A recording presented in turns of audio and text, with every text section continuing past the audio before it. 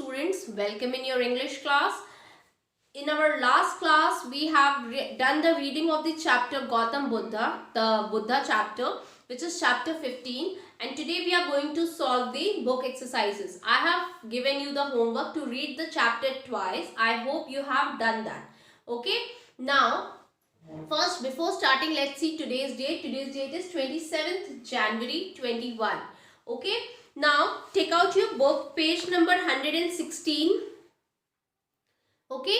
See, this is the vocabs you have written in your copy, I hope. Those who have not written, please write it down. Okay. So, today we are going to start with the book exercise. Okay.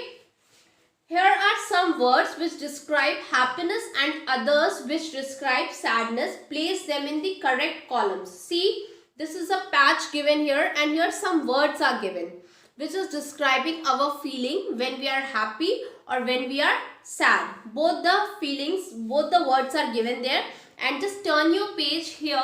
You have two columns. One is showing happiness and the other one is showing sadness.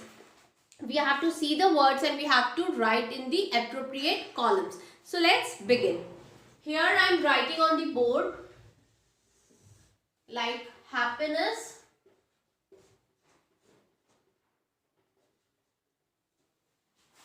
and the other one is sadness. Okay, happiness or sadness. So let's begin. First word is delight. When we are delight, when we are happy.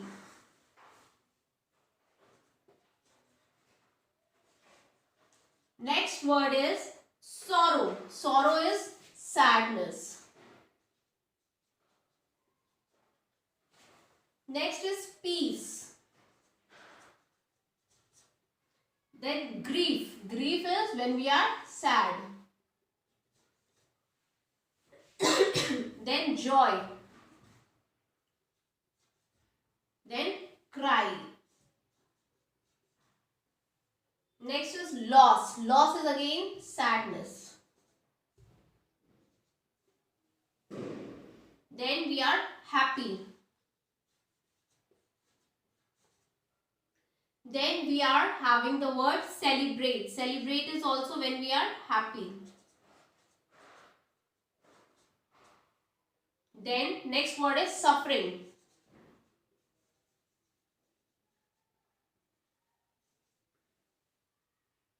Next is fun.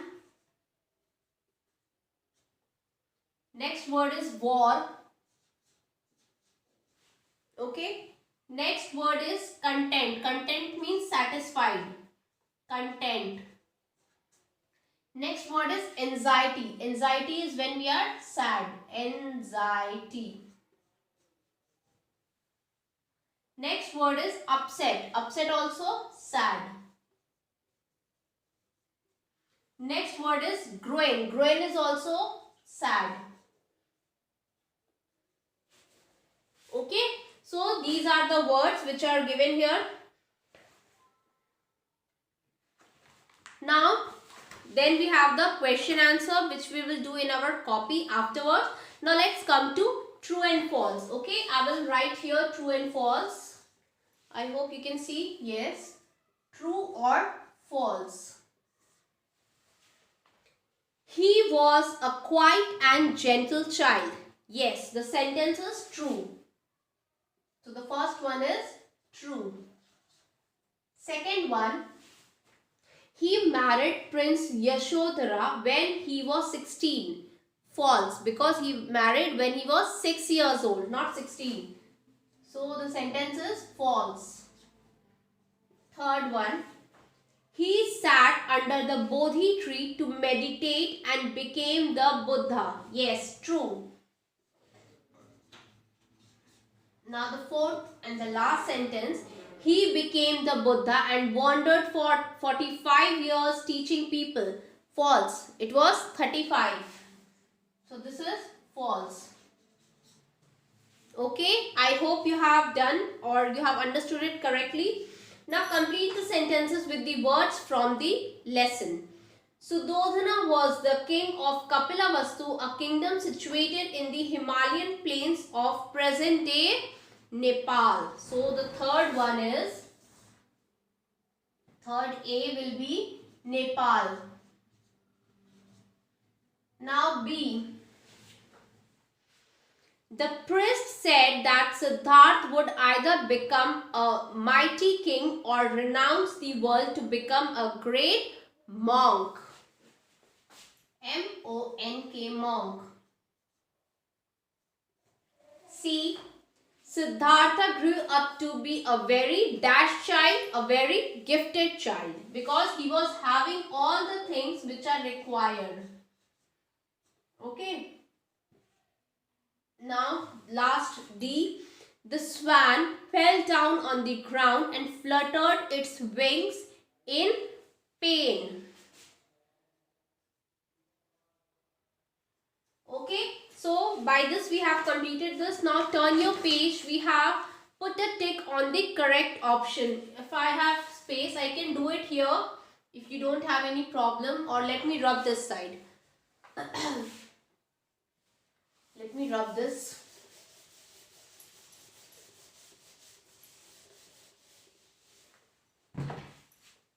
Fourth, put the tick mark.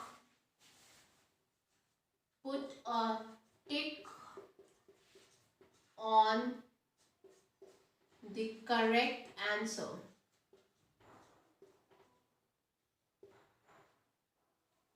Okay, number 1 is number A.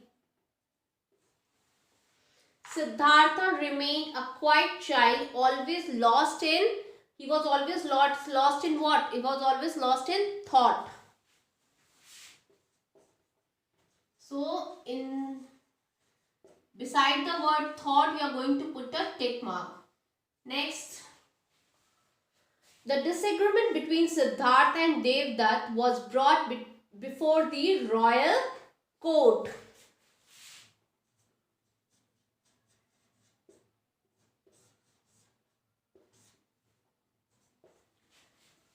The judges said that whoever saves a life has more right to own a creature.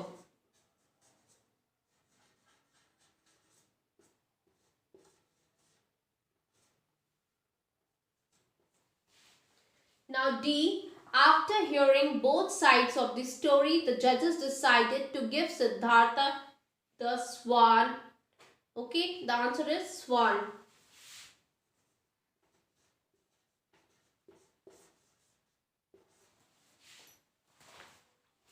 So by this we have completed the book exercise of the chapter The Buddha.